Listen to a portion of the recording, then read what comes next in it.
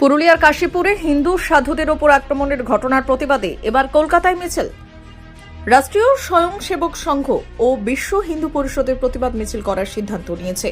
কলকাতার সুবোধ মল্লিক স্কোয়ার থেকে ধর্মতলা মেট্রো পর্যন্ত মিছিলে হাঁটবেন রাজ্যের কয়েকজন প্রভাবশালী সাধু সন্তরা। প্রতিবাদ পদযাত্রা শেষে রাজ্যপালের সঙ্গে সাক্ষাৎ করবেন নেতারা। তারা রাজ্যপালের কাছে একটি স্মারকলিপি জমা দেবেন। সাধু সন্ত সমাজের প্রতিনিধিরাও থাকবেন রাজভবনে।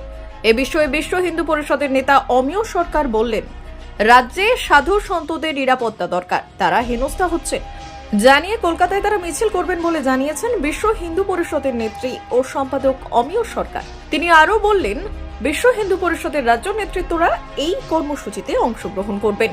সাধু সন্তদের ওপর হেনস্থার প্রতিবাদ করে সাধারণ মানুষকেও মিছিলে অংশগ্রহণ করতে আহ্বান করেছেন তিনি। পুরুলিয়া কাণ্ডের কলকাতায় আছড়ে পড়ছে।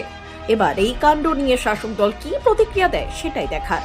শাসক দল অবশ্যই ঘটনা নিয়ে রাজনীতি হচ্ছে বলে অভিযোগ করেছিলেন। তারা এই নিয়ে বিজেপি ও হিন্দুত্ববাদী নেতাদের দায়ী করলেন। তৃণমূল কংগ্রেস অবশ্য বলছে, সাধু সন্তদের সঠিক সময়ে উদ্ধার করেছে পুলিশ। সাধু সন্তদের সমস্ত রকম সহযোগিতাও করা হয়েছে, কিন্তু বিষয়টি নিয়ে বিজেপি ও তার সহযোগীরা রাজনীতি করছে বলে অভিযোগ করে। দুই দাবিকে আবার পুড়িয়ে দিয়েছে বিভিন্ন হিন্দুত্ববাদী সংগঠন। তারা বরং রাজ্য সরকারের ওপর চাপ বাড়াতে কলকাতায় মিছিল করছেন। ব্যুরো রিপোর্ট, উত্তরের প্রহরী।